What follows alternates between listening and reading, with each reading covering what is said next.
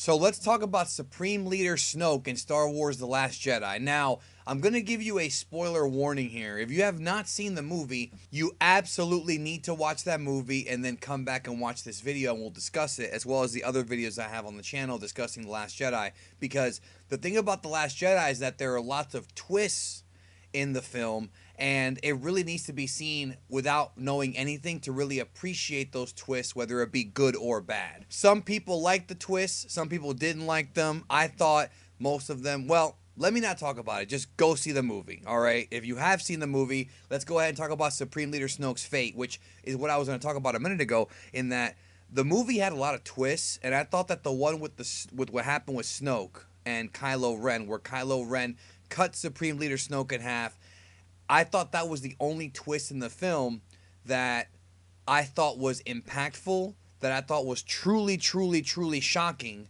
and literally had my mouth gaped open for several minutes. That was a great twist, but there's problems. Now, one thing I want to say about that particular scene, I don't want to talk about the rest of the movie so much, but just that one scene, is that the scene was a callback to Return of the Jedi, and I'm talking about the finale with Luke, Vader, and the Emperor in the Death Star, but of course this version had different characters. Now I want to say something about this because there's a problem here.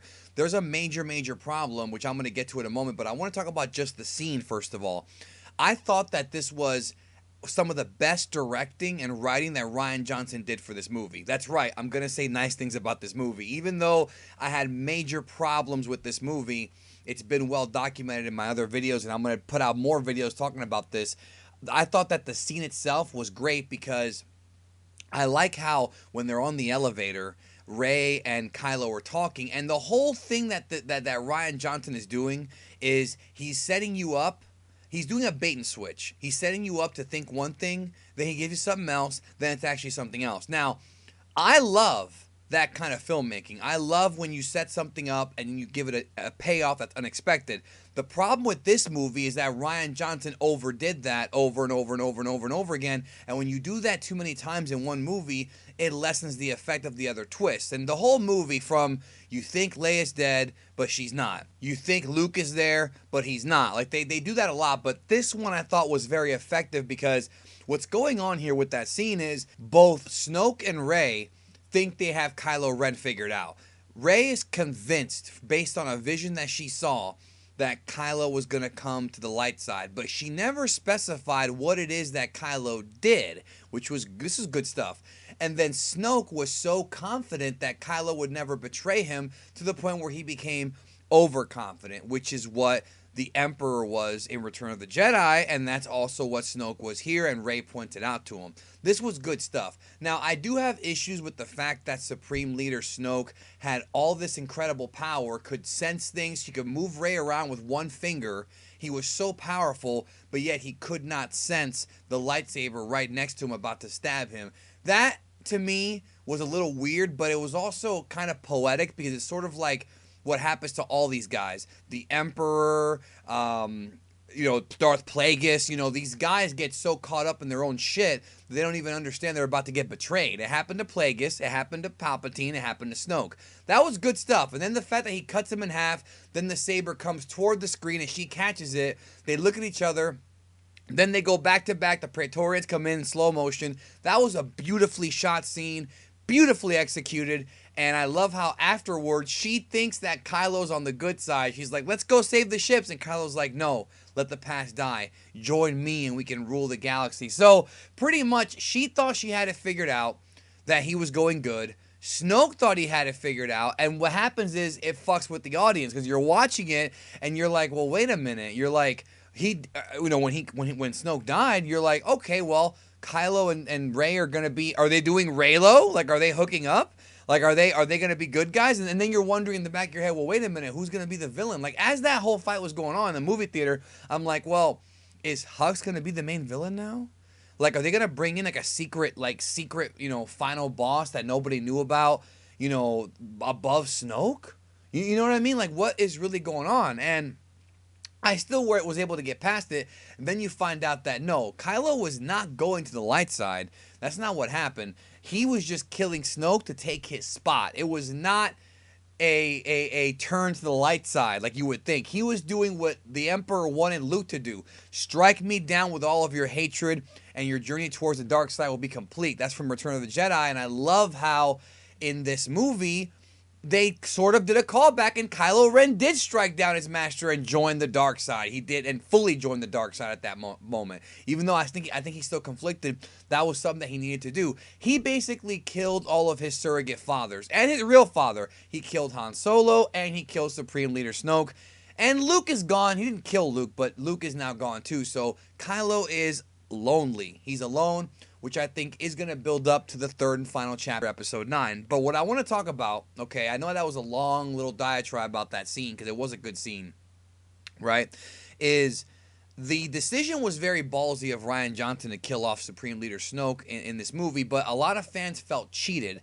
And the reason why they felt cheated is because a lot of Star Wars fans for the past 2 years have been wondering who Supreme Leader Snoke is. Now, the thing about Supreme Leader Snoke is that no matter what you say, no matter what you might think, because people are actually have the audacity, and it kind of irritates me, to actually blame the fans for this. Oh, you shouldn't have been a fanboy. You shouldn't have speculated. You shouldn't have done this. And that to me is complete and utter horseshit. These fans are so invested in your story. They're going out there, they're buying the t-shirts, they're buying the toys, they're buying the merch, they're watching the movie 100 times in theaters, trying to figure out the clues, they're buying the Blu-rays. Those should be the fans that you show the most respect to, because they are the ones that are totally on your they're the ones that have your back.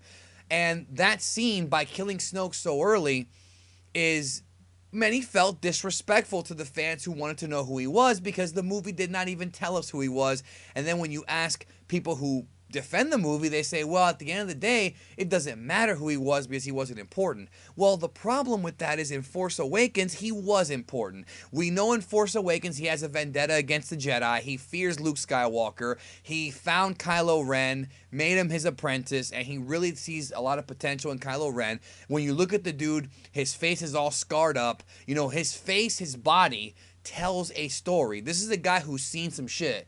So naturally, the way that character was created, both, you know, visually as well as the way he was done purposely so that we wonder, who is this guy? Is he a former, is he Plagueis? Is he a Sith? Is he a Dark Jedi? Is he an ancient being? Is he an alien? Like, we don't know anything about this guy. And people are saying, well, it didn't really matter. Well, no, it does matter. And that's the point I'm trying to make is, people got invested. You can't make fun of them for getting invested in this freaking character.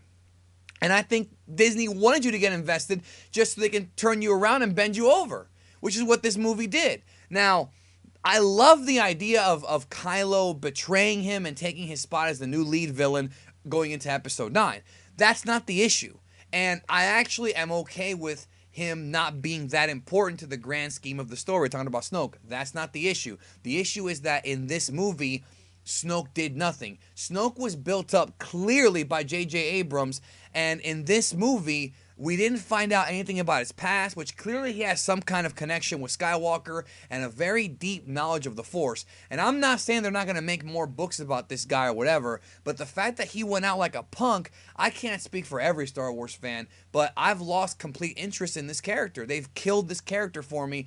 And to me, it was a huge mistake to do that scene in this movie without at least giving us a little tiny bit more backstory. I'm not asking for the entire... I'm not asking for a 30-minute flashback of how he learned to use the Force. That's not what I want. That's not what anybody's asking for, but some kind of substance behind this mystery villain. You know, because he was one of the most intriguing things about this saga.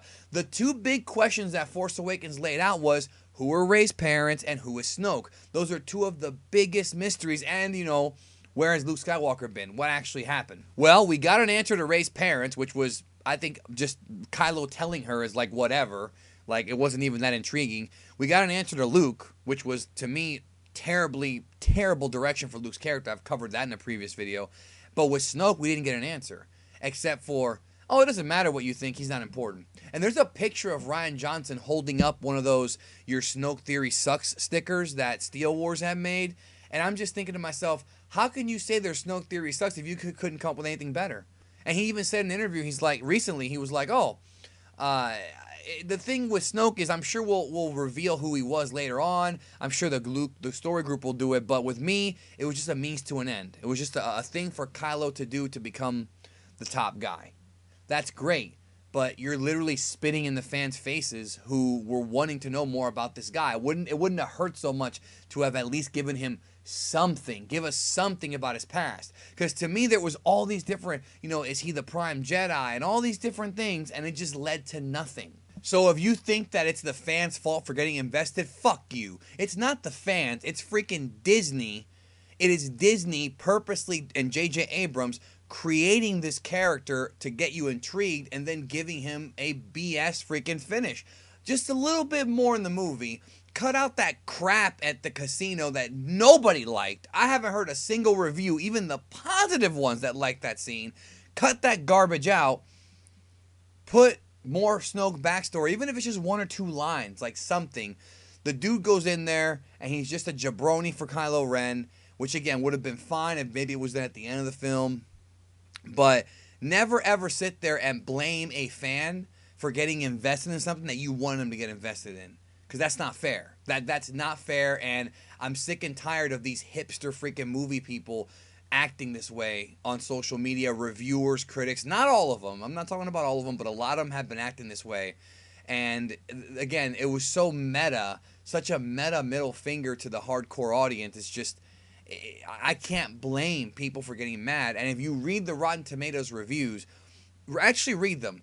A few of them are fanboy complaints, but there's some legit complaints here, dude. And I'm getting sick and tired of the defenders of this movie saying, well, the people who don't like it, they don't have, I don't understand. Like, they have no point. No, there's plenty of reasons to dislike this movie. And that's one of them right there. I think them abandoning the Snoke storyline the way they did, again, I'm not against it entirely. I just wish they would have given us more on this guy, because he was very interesting. That was a cool character. He was scary as hell in Force Awakens. We all wanted to know who he was. The theories got out of hand, but at least give us something. And don't make fun of the fans for having bad Snoke theories when the movie couldn't even give you an answer. Like, that to me is just stupid.